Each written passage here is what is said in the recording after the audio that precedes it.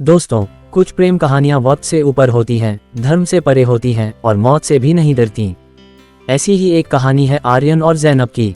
वर्ष 1947 का भारत देश आज़ादी की ओर बढ़ रहा था, पर कुछ दिल आज़ाद नहीं थे। मध्य प्रदेश के एक छोटे से कस्बे सोनपुर में रहने वाले आर्यन और ज़ैनब की कहानी किसी फिल्मी कथा से कम नहीं है। आर्यन एक ब्राह्मण परिवार का इकलौता बेटा था, पढ़ने में होशियार लेकिन दिल से कवि था। वहीं ज़ैनब मुस्लिम परिवार की इकलौती बेटी, खूबसूरत इतनी कि चांद भी शर्मा जाए। वे पहली बार उस पुस्तकालय में मिले जहां आर्यन अक्सर कविता की किताबें पढ़ने जाया करता था। ज़ैनब को गालिब के शेरों से मोहब्बत थी। पहली मुलाकात में ही कुछ ऐसा हुआ कि जिंदगी की किताब के दो पन्ने एक दूसरे से जुड़ गए। आपको गालिब पसंद हैं? ज़ैनब ने पूछा। मोहब्बत की जुबान गालिब ही तो है, आर्यन ने मुस्कुराकर कहा। वह मुस्कान ज़ैनब के दिल में गूंज गई। दो अलग धर्म, दो अलग संस्कृति, मगर दिल के तार जुड़ने लगे। धीरे धीरे मुलाकातें बढ़ने लगीं। चुपके चुपके खतों का आदान प्रदान, तन्हा गलियों में मिलना और मंदिर की सीढ़ियों पर बैठे बैठे प्रेम की कविताएं सुनना, ये सब उनकी दुनिया बन गई। पर समाज को ये रिश्ता कभी मंजूर नहीं था। हिंदू मुस्लिम प्रेम तब अपराध माना जाता था। जब ज़ैनब के घर वालों को पता चला तो बवाल मच गया। उसे घर में कैद कर दिया गया। दूसरी ओर आर्यन को भी धमकियां मिलने लगी, या तो ज़ैनब को भूल जा या इस कस्बे को छोड़ दे। आर्यन ने रातों रात गांव छोड़ने का फैसला कर लिया, पर जाने से पहले उसने ज़ैनब को एक खत भेजा। ग्रेटर दैन, अगर तुमसे जुदा होकर जीना ही प्यार है तो मुझे ये प्यार मंजूर नहीं। मैं मरकर भी तुझको चाहूंगा।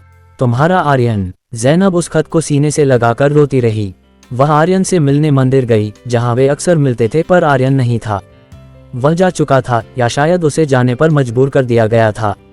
वर्ष बीतते गए, आर्यन की कोई खबर नहीं थी।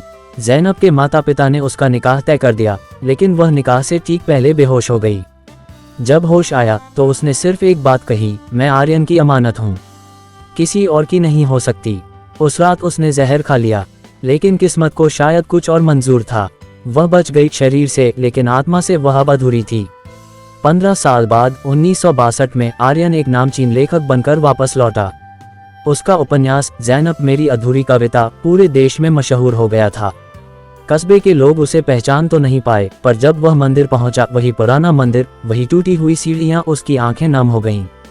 अचानक किसी ने पीछे से आवाज दी, आरव। वह पलटा। सामने एक औरत खड़ी थी, झुकी हुई कमर, चेहरे पर झुर्रियां, मगर आंखों में वही चमक।